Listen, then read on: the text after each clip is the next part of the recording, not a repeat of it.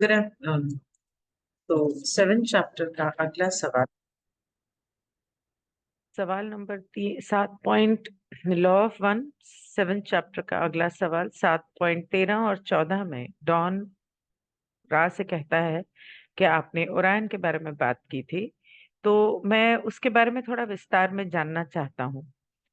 तो वो किस तरह से कांटेक्ट करते हैं या उनका मकसद क्या है?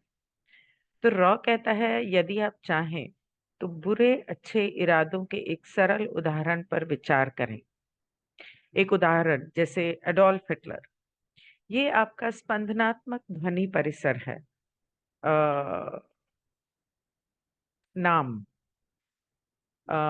नाम वाला ग्रह है जहाँ पे हर चीज का नाम होता है, और इसका एक योर वाइब्रेटरी साउंड कॉम्प्लेक्स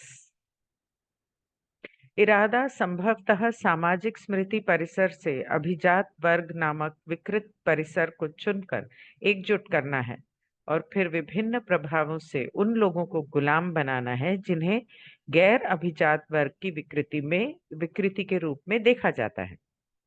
उनका इरादा बेसिकली ये होता है, जो बहुत पैसे वाले और ताकत वाले ऊपरी लोग होते हैं, कि पहले तो वो बनना और उसके बाद उसके नीचे वो लोग जिनके पास पैसा नहीं है, ताकत नहीं है, उनको अपना गुलाम बनाना अलग अलग तरीके से। इसके बाद सामाजिक स्मृति परिसर को इस प्रकार निराई गुड़ाई करने और तथाकथित ओरायन समूह द्वारा एक साम्राज्य के रूप में सोचे गए विरूपण में जोड़ने की अवधारणा है। मतलब कि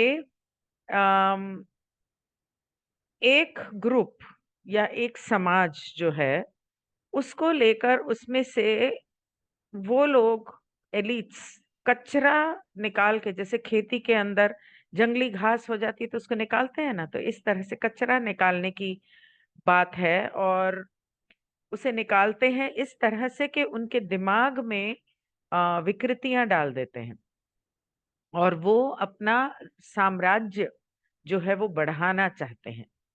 उनके सामने समस्या ये है कि उन्हें अलगाव की अवधारणा से निकलने वाली बड़ी मात्रा में यादृच्छिक ऊर्जा का सामना करना पड़ता है। कि आ, वो हर चीज को अलग समझते हैं। वो लॉ ऑफ वन को नहीं मानते हैं, वो नहीं मानते कि सभी एक हैं। तो उसकी वजह से जो ऊर्जा निकलती है इस सोच की वजह से, उसका सामना करना पड़ता है। अब ये यहाँ पर क्या बात कर रहा है कि ऊर्जा random energy released by the concept of separation. पढ़ते हैं आगे। इससे वे असुरक्षित हो जाते हैं क्योंकि उनके अपने सदस्यों के बीच विकृतियां सुसंगत नहीं होती। हाँ, अब समझ में आया कि वो लोग सबको अपने से अलग समझते हैं। तो कोई मुझसे आगे ना बढ़ जाए, मुझे सबसे ऊपर रहना है। इस होड़ में जो टेंशन और स्ट्रेस उनको झेलना पड़ता है, उसकी बात कर रहा है कि वो उनकी सबसे बड़ी प्रॉब्लम है। तो ये सवाल यहाँ खत्म करती हूँ और दूसरा सवाल भी इसी से रिलेटेड है, उसको शुरू करती हूँ।